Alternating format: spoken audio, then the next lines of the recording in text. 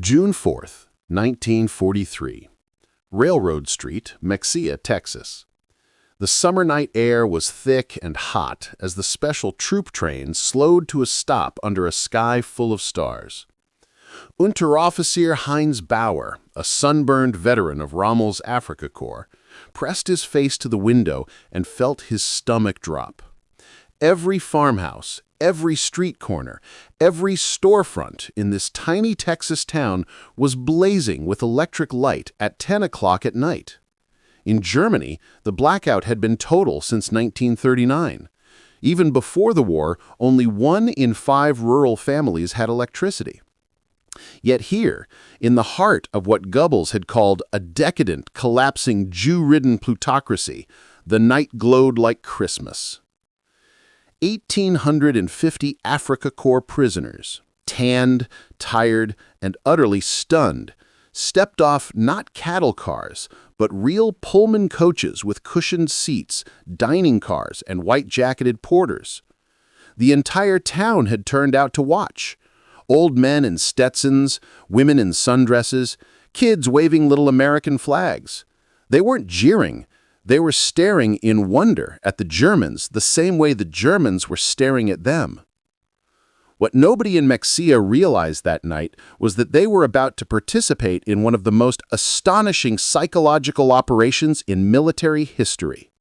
Over the next 2 years, more than 371,000 German prisoners would be scattered across 500 camps in 45 states, and almost every one of them would undergo the same shattering revelation. Nazi propaganda had lied about everything, especially about America. It started in North Africa on May 13, 1943, when the last Axis forces in Tunisia surrendered. 250,000 seasoned German and Italian troops, Rommel's best, laid down their arms. Among them was Obergefreiter Hans Müller, Iron Cross recipient, twice wounded, a man who had believed with religious fervor that Germany was destined to rule the world. The wake-up call began the moment the Americans took over.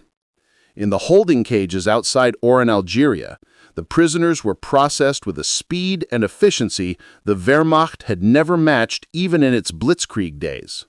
Photos, fingerprints, medical exams, shots, and, most shocking of all, 3 hot meals a day with real coffee, white bread, and meat. Müller wrote home, "They feed prisoners better than we fed our own frontline troops in the desert." Then came the Atlantic crossing. On Liberty ships, those ugly, mass-produced miracles that American shipyards were turning out at the insane rate of 3 a day. One of the ships carrying the Germans, the SS Robert E. Peary, had been launched just 4 days and 15 hours after her keel was laid. The prisoners didn't know that yet, but they could feel the thump of a brand-new engine and see the casual abundance of the crew.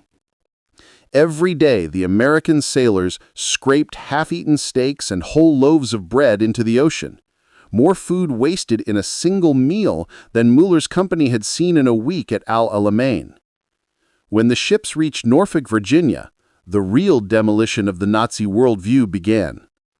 The docks stretched for miles.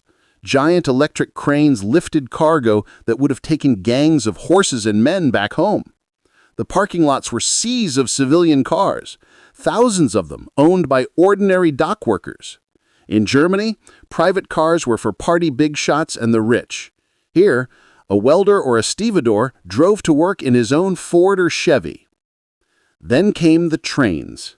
Not the infamous 40 and 8 boxcars that had hauled German soldiers across Europe, but real passenger trains, air-conditioned Pullmans with dining cars, white tablecloths, and menus. One guard actually apologized because the AC in their car was a little weak. Hans Müller wrote in his secret diary, "Air conditioning on a prison train. We thought only the Führer's personal train had such things." For 3 days, the trains rolled west, and every mile hammered another nail into the coffin of everything the prisoners had been taught. At night, small towns blazed with light. Factories ran 24 hours, their windows glowing, parking lots packed at midnight. In Virginia, the prisoners watched automated coal loaders refill the tender in 30 minutes, work that took 2 hours on the Reichsbahn. In Tennessee, they passed the massive Alcoa aluminum plant, its furnaces drinking more electricity than the entire city of Munich. Outside Louisville, the synthetic rubber factories at Rubbertown, 4 gigantic plants built from scratch in 18 months, produced more rubber in a year than Germany had managed with all its chemists and slave labor. Then came Willow Run. The Ford bomber plant stretched so far across the Michigan countryside that the prisoners thought it was a city at first. A B-24 Liberator rolled off the line every 63 minutes. 17 finished bombers sat on the ramp, gleaming in the sun. Mueller, a former Luftwaffe ground crewman, stared in horror. "We were told American aircraft were junk. These were perfect, and they build one every hour." The closer they got to the heartland, the worse it became for Nazi ideology. In Kansas, endless wheat fields rolled to the horizon, harvested by machines that did the work of 100 men. One farmer told a prisoner working his field that a single combine could bring in 1,000 acres a day. The German, whose family farm back in Bavaria was 30 acres, nearly cried. In California's Central Valley, prisoners picked oranges under a sun that felt like North Africa, except the farmer bulldozed entire rows of perfect fruit because the market was oversupplied. In Germany, people were starving for a single rotten potato. And everywhere was meat. Hamburgers, steaks, fried chicken. Guards bought prisoners Cokes and ice cream with pocket change. At one train stop, a sergeant handed out 20 hamburgers like they were candy. "Normal food," he said with a shrug, "nothing special." When they finally reached the camps, places like Hearne, Texas, or Mexia, or Hearne again, conditions were better than most Germans had known as free civilians. Wooden barracks with electric lights, hot showers, flush toilets, steam heat. The camp hospital had X-ray machines and penicillin, the miracle drug German doctors only whispered about. Prisoners got dental work, eyeglasses, 3 squares a day, and Red Cross packages at Christmas that contained more chocolate and cigarettes than a German soldier saw in a year. By late 1943, American farmers were desperate for labor. So, the prisoners went to work, unescorted, no blindfolds, across the American countryside. They saw everything. They saw women running factories, listening to radios. They saw black and white soldiers guarding them together, eating the same food. They saw teenagers operating million-dollar machinery like it was a bicycle. They saw ordinary farmers with tractors worth more than entire villages back home. And slowly, something broke inside them.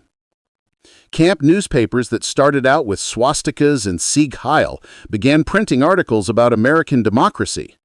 Secret Nazis went quiet. Hardcore officers stopped talking about final victory. Prisoners begged for English lessons, history books, anything that explained how this miracle country worked.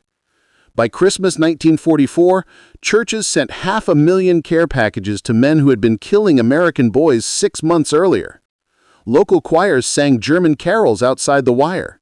Women baked cookies. Boy Scouts made Christmas cards in German. One Texas town invited prisoners to a community Christmas dinner. Regulations wouldn't allow it, but the invitation alone reduced grown men to tears. When D-Day footage reached the camps in June 1944, 6,000 ships, 11,000 planes, artificial harbors, mountains of supplies, there was no more denial. One prisoner wrote, "We didn't lose to an army. We lost to a civilization." When the concentration camp footage was shown in 1945, many refused to believe it at first. Then the letters from home arrived confirming the horror. The last illusion died. Men who had worn the black uniform of the SS wept openly. The re-education program, never forced, always voluntary, exploded. Over 40,000 prisoners took courses in democracy, economics, agriculture. Professors from Stanford and Chicago lectured inside the wire. Prisoners who once goose-stepped now argued about constitutional government and free markets. When the war ended, 371,000 Germans went home, not as bitter revanchists, but as quiet missionaries for a different way. Many rose to high positions in the new West Germany: diplomats, judges, businessmen, farmers. They brought American methods home: tractors, fertilizers, hybrid seeds, assembly line efficiency, and above all, the conviction that prosperity came from freedom, not conquest. At a 1985 reunion in Texas, 500 former prisoners, now grandfathers, returned with their families. One old man, former Unteroffizier Hans Becker, stood up and said in perfect Texas English, "We came here